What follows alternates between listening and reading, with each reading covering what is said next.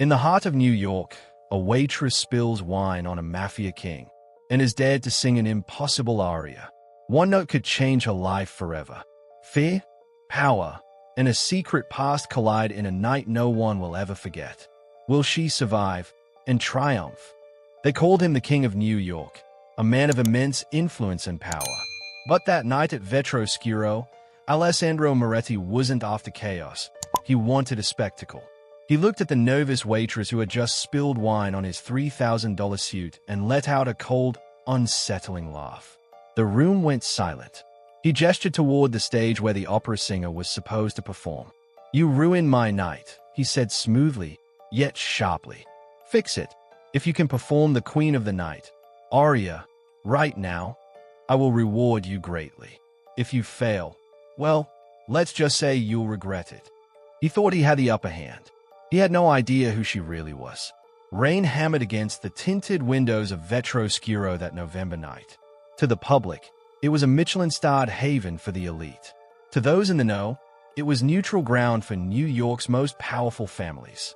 Camilla Russo adjusted the collar of her stiff black uniform. 6 months in this role hadn't dulled the fear. She was 24, with tired eyes and hands hardened from years of work. Hey, she was a ghost, pouring wine, clearing plates, never drawing attention.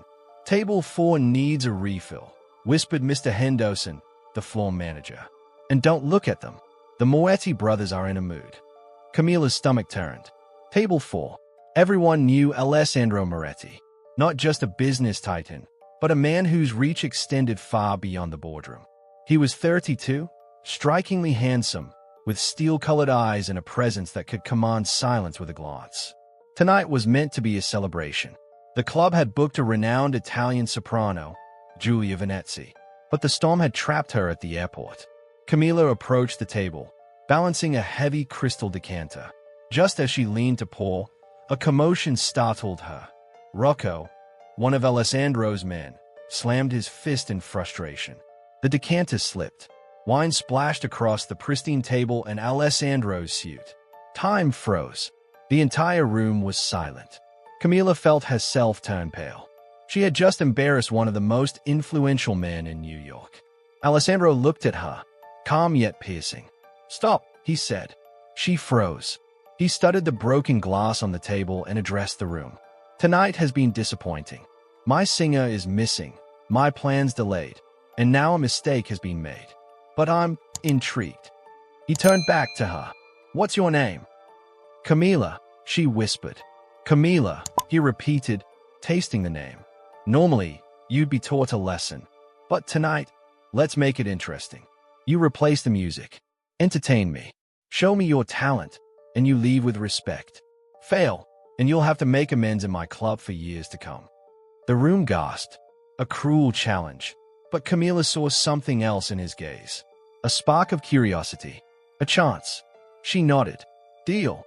Camilla walked to the stage. Her legs felt heavy, but she focused. She approached the pianist, an elderly man who had played for Europe's greatest voices. "Do you know Mozart?" she asked. He glanced at her uniform, doubtful. "This piece, it's almost impossible." "I can do it," she said, her voice steady. Memories of struggle, of practice in the basement, of loss and perseverance fueled her courage. She wasn't just a waitress. She was Camilla Russo, a young woman with a voice that refused to be ignored. The piano began. The first note erupted, not timid, not hesitant, but full of power and precision. Alessandro froze. She sang with emotion, with strength, with the weight of every challenge she had faced. The Queen of the Night came alive in her voice, commanding, furious, and magnificent. The audience was captivated. The room held its breath. Even Alessandro, the unshakable king of New York, was stunned. Camilla wasn't just performing. She was declaring her presence. When the final note soared and fell, silence reigned, heavy and awe-filled. Then Alessandro rose, clapping slowly at first, then fully embracing the applause. The old pianist, eyes glistening, smiled. Camilla had done it. She had turned fear into triumph. Alessandro approached, no arrogance in his expression, only intense curiosity. "You didn't tell me," he began. "Tell me what?" Camila asked, trembling yet proud. "That you are extraordinary," he said softly, offering a small token of recognition. The ring wasn't just any ring. It wasn't a wedding band. It symbolized something far more important in his world: protection. He placed it on the stage floor, right in front of her shoes. "I am a man of my word, Camila," he announced, facing his stunned associates. "I said if she could sing, I would marry her." "Boss, surely you're joking," Rocco stammered. "She's just a waitress." Alejandro's eyes darkened. "She's no longer just a waitress." He turned back to Camila, extending his hand. "Come down, tesoro. The night is young, and we have a wedding to plan." Camila hesitated. She knew marrying him could be dangerous, but looking at the ring and seeing Mr. Henderson, her manager, cowering in the corner, she realized something. Taking his hand would change her life forever. She would never scrub a floor again. She looked at Alejandro Moretti, the Wolf of New York. "I don't want to marry you," she said clearly. The room gasped. "You didn't say no to Alejandro Moretti." Alejandro raised an eyebrow, intrigued. "Oh, you prefer a debt?" "No," Camila replied, stepping down and facing him directly. "You made a bet. I won. I don't want marriage. I want a favor." Alejandro leaned close, whispering, "Careful. You're negotiating with someone who doesn't play fair." "My father," she whispered. "Luciano Russo. He didn't die from alcohol. He was killed, and someone in this room knows who did it." Alejandro's eyes narrowed, the playful atmosphere disappearing. "Your father was Luciano Russo." "Yes, and I want to know the name of the man who killed him." Alejandro studied her for a moment, then smiled, not cruelly, but like a predator who had finally found a worthy partner.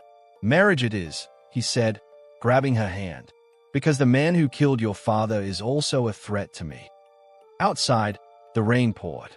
Alejandro moved through the crowd like a force of nature, his hand firmly on Camila's back, keeping her close. A sleek black Bentley waited, and Rocco, his bodyguard, opened the door. "Get in," Alejandro ordered softly. Hesitating, Camila glanced at the cold New York street. "My manager has already been compensated," Alejandro said, guiding her into the car. "And considering you almost ruined a $3,000 suit, this is a favor." The car sealed them off from the world. "Where are you taking me?" she asked. "To a place where no one can harm you before I act," he said. Camila's mind raced. Alejandro revealed the truth about her father, his past, his connections, the lies she had been told, and explained why she had become a target. He told her that their marriage would protect her, making her untouchable in a dangerous world. Inside the Moretti Tower penthouse, the luxurious, cold apartment reflected the life she was entering. Alejandro offered her a deal: play the part of his wife, gain access to the truth about her father, and help him bring justice to those responsible. Camila accepted, on her terms. She demanded access to her father's files and enough resources to reclaim her life. Alejandro extended his hand. "Deal. One condition: you just hired help until that ring is on your finger." Camila smoothed her apron and followed him. She was entering a new world, one of power, danger, and intrigue. By morning, she was transformed. Hair, makeup, and wardrobe, everything orchestrated to perfection. When she stepped out, even the household staff paused. She was no longer Camila from Queens. She was a figure of power, ready to play a dangerous role in a world she never asked to enter. Alejandro watched, noting every detail. "Red," he said. "A bold choice." "It's the color of war," Camila replied, stepping into her new life. But she didn't pull away. "Tonight," he whispered, his eyes locking onto hers. "Victor Sterling would be watching every move. Any sign of hesitation could put them at risk. You must look at me as if I am the only man in the world," he said. And Camila, feeling challenged, looked up at him. Alessandro gently touched her shoulder. "Tonight, Toro, you are the queen, and I am simply the king protecting his throne. Shall we?" The ride to the Met was a blur of flashing lights. When the car stopped, the paparazzi swarmed, their flashes almost blinding. "Head up," Alessandro whispered as the door opened. Smile, you won the night. Camilla stepped onto the red carpet. The noise was overwhelming. Mr. Moretti, over here. Who was the girl? Is it true about the merger? Alessandro wrapped his arm around her waist, guiding her through the crowd with calm, protective confidence. Amid the chaos, he was her anchor. Inside, the museum had been transformed. Classical music floated through the air, blending with the soft hum of conversation among New York's elite. Waiters moved gracefully with trays of champagne. Alessandro whispered, "Keep your hand on my arm. Don't accept drinks from strangers and stay close." Camilla forced a polite smile for a passing senator, while he remained practical and alert. He introduced her simply as his fiancée, Camilla. The mystery around her made people curious. Women's eyes measured her dress and jewelry, trying to guess her story. Then the atmosphere shifted. A man approached near the Egyptian exhibit, older, silver-haired, with a smile that didn't reach his eyes. Alessandro's grip tightened subtly around Camilla. "Victor, it's been a while," the man said smoothly. "I heard about your event at Vroscuro." Alessandro gestured toward Camilla. "You haven't met my fiancé." Camilla felt her heart pound. This was him, the man tied to her past. Their eyes met briefly, a flicker of recognition passing between them. Victor took her hand politely, but the gesture was cold. "You look familiar," he said. Camilla withdrew her hand slightly, replying, "I'm new to the city." Victor's eyes lingered on her necklace, then on her, curiosity clear in his gaze. Alessandro intervened. "The music is starting. Excuse us." They moved to the dance floor. The orchestra began a waltz, and Alessandro spun her with ease. "He suspects something," Camilla whispered. "But he can't act here. Not in front of everyone," Alessandro reassured her. He held her close as the music guided them. For a moment, the world outside disappeared. "My father," Camilla said softly. "Was he involved with Sterling?" Alessandro nodded. "Not for money. He discovered something bigger, something dangerous." Camilla's eyes widened. Alessandro explained, carefully choosing words. Her father had tried to stop wrongdoing, and that's why he faced consequences. "Anger can be a shield," Alessandro said. The music swelled. Alessandro dipped her gracefully. Cameras captured every moment. Their faces were close, the chemistry undeniable. For a fleeting second, Camilla forgot the act they were performing. The intensity between them was raw, but careful, respectful of their surroundings. Suddenly, a warning came through Alessandro's earpiece. He stiffened and pulled Camilla toward the exit. Outside, the street was unusually quiet. "Stay calm," he murmured, scanning the area. They moved quickly to their car, narrowly avoiding unexpected obstacles. Alessandro guided them safely, alert and protective, his focus unwavering. Once they reached a secluded house by the coast, Camilla assisted him with first aid, using her practical skills to keep him stable. The dynamic shifted. They were equals in this moment of vulnerability. Alessandro watched her with quiet admiration. "You are strong," he said. Camilla replied, "I want to face this together."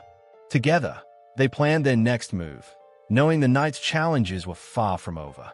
The storm outside mirrored the tension and suspense that surrounded them, but they were determined.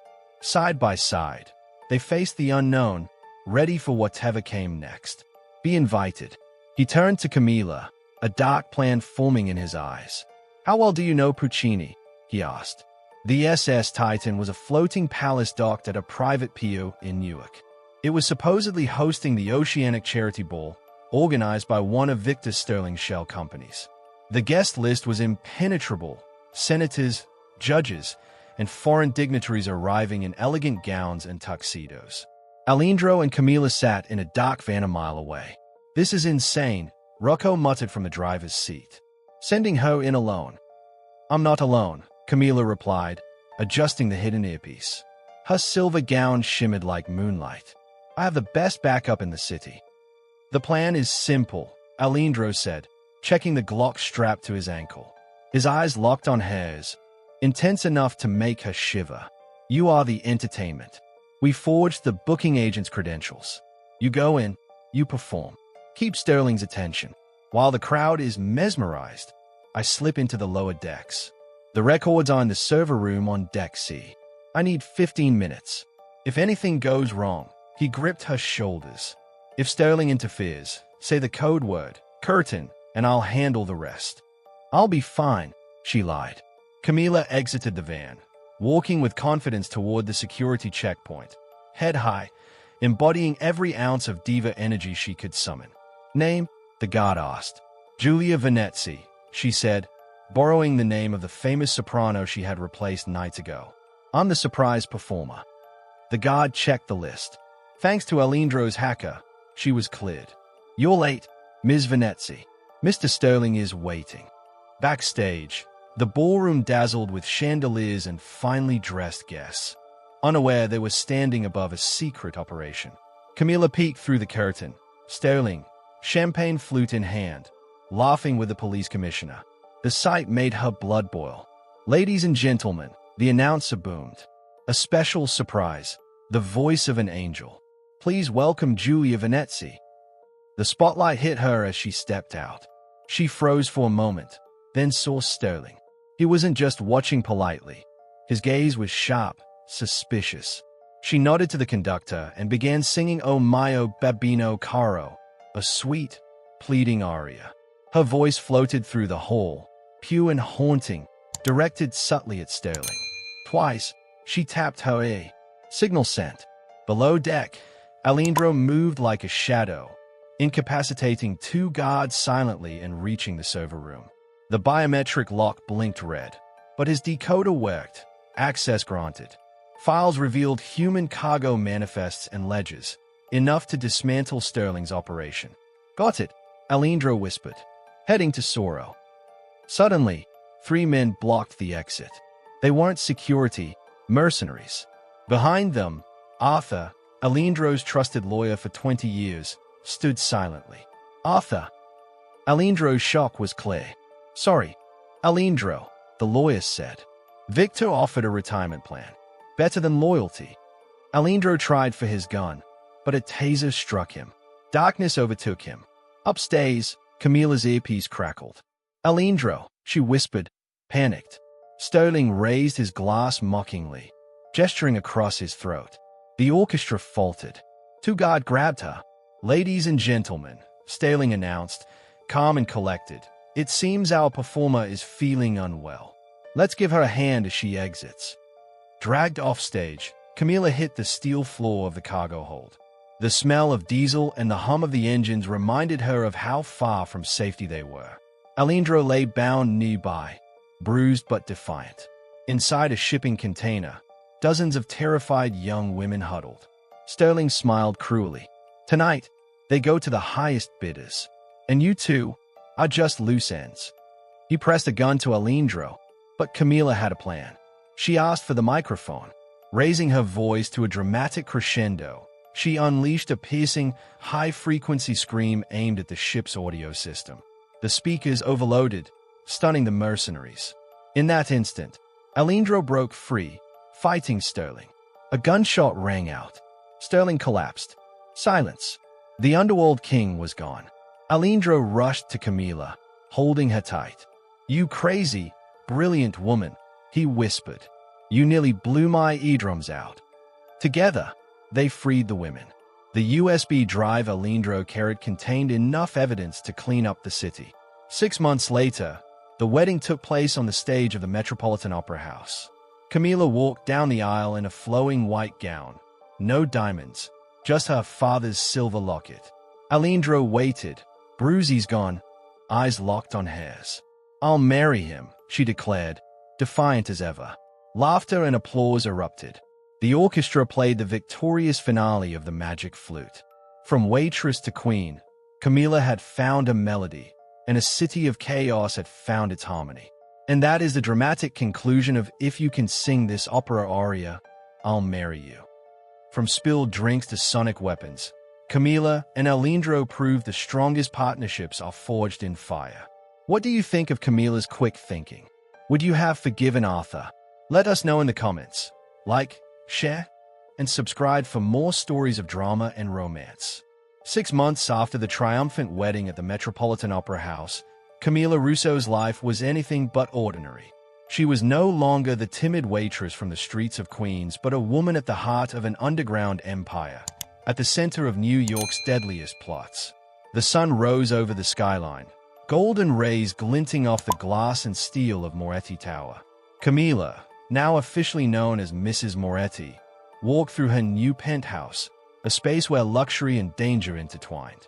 Every painting, piece of furniture, every object was chosen to impress or to conceal a security mechanism.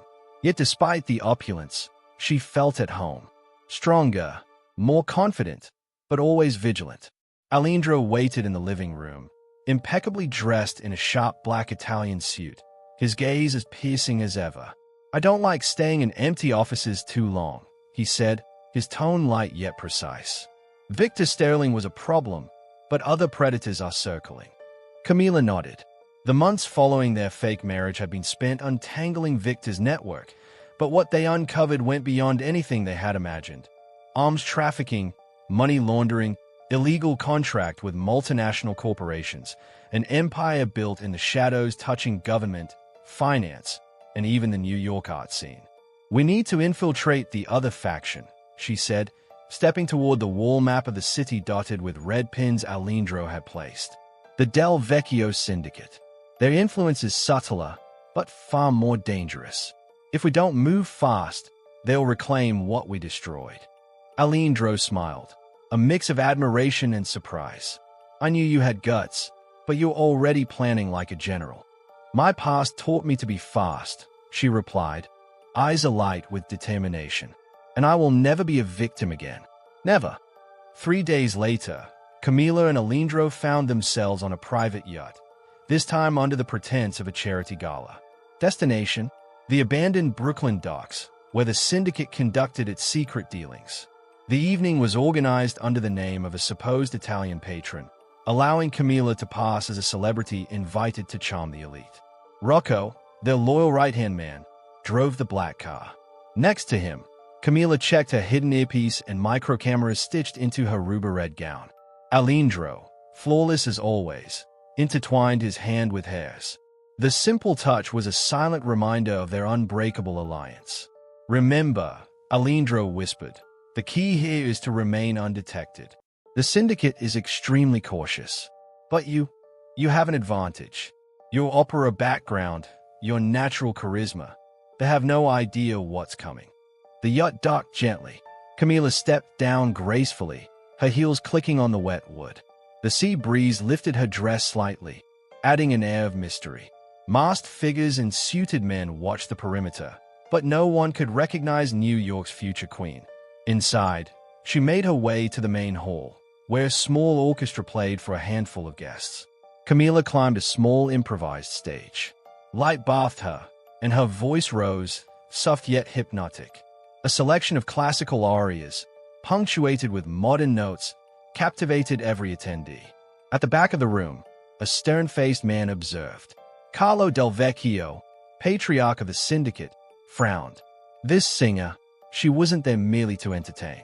He felt the threat before even realizing why. Meanwhile, Alindro and Rocco slipped into the yacht storage area.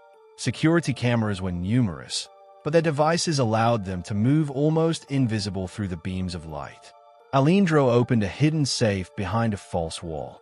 Inside, contracts, offshore bank accounts, and most importantly, documents implicating corrupt politicians and illegal transactions reaching Manhattan's financial district. Suddenly, a silent alarm triggered. Armed men emerged from the shadows, faces masked. Alindro drew his Glock, covering Rocco securing the files. The confrontation lasted less than a minute, but each second felt like an eternity. Meanwhile, on stage, Camilla felt the tension in the room. Guests began murmuring. Some rose to peek behind the curtains. She adjusted her voice, projecting a dramatic intensity, high notes resonating through the ceiling, disorienting the syndicate mercenaries. Her plan worked. The men on the floor faltered, providing the perfect distraction for Alindro and Rocco to complete the extraction. Within minutes, all compromising materials were secured. Just as they thought they had control, a familiar voice spoke. "Bravo, Elendro, always audacious." Arthur, the once loyal lawyer turned traitor, emerged from the shadows. This time, no mask, only a cold smile. "But you underestimated Del Vecchio. You took down Victor Sterling. But Carlo is far more dangerous." Alindro and Camilla exchanged a glance. The battle was only beginning. Camilla felt a surge of adrenaline. For the first time, she wasn't merely protected. She was ready to fight, not just for herself but for the innocents trapped in this world of corruption and violence. The next day, Camilla and Alindro visited Manhattan's historic quarters to meet a former Italian spy, her father's contact, who held crucial intel on the Del Vecchio syndicate. Camilla learned to manipulate information networks, identify traitors, and orchestrate plans requiring more than courage, precise timing, intelligence, and audacity. Gradually, she transformed Moretti Tower into a true strategy center, combining luxury, influence, and maximum security. Her old life as a waitress seemed like a lifetime ago. She became the most unlikely but most effective figure to protect her father's legacy and thwart the city's most dangerous enemies. 6 months later, another gala took place, this time in Moretti Tower's main hall. Camilla, dressed in black and gold, welcomed dignitaries, business leaders, and even a few former enemies. She had mastered the art of playing her roles, enchanting with her voice and charm while maintaining complete control. Alindro, loyal as ever, watched with a discreet smile. As the pianist played a classical melody, Camilla stepped to the center. Her gaze swept over the guests. One man caught her attention, a discreet representative of the Del Vecchio syndicate. Their eyes met briefly, and she knew he now understood who he was dealing with. Raising her hand, the music soared. Every note was a message, a subtle warning. She was no longer a victim. She was a queen of a complex world where power, intelligence, and courage were the ultimate weapons. Alindro joined her, hand resting lightly on her waist.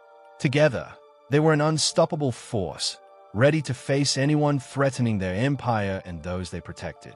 Even as shadows of danger lingered, Camilla knew one thing. From now on, no one would decide her fate.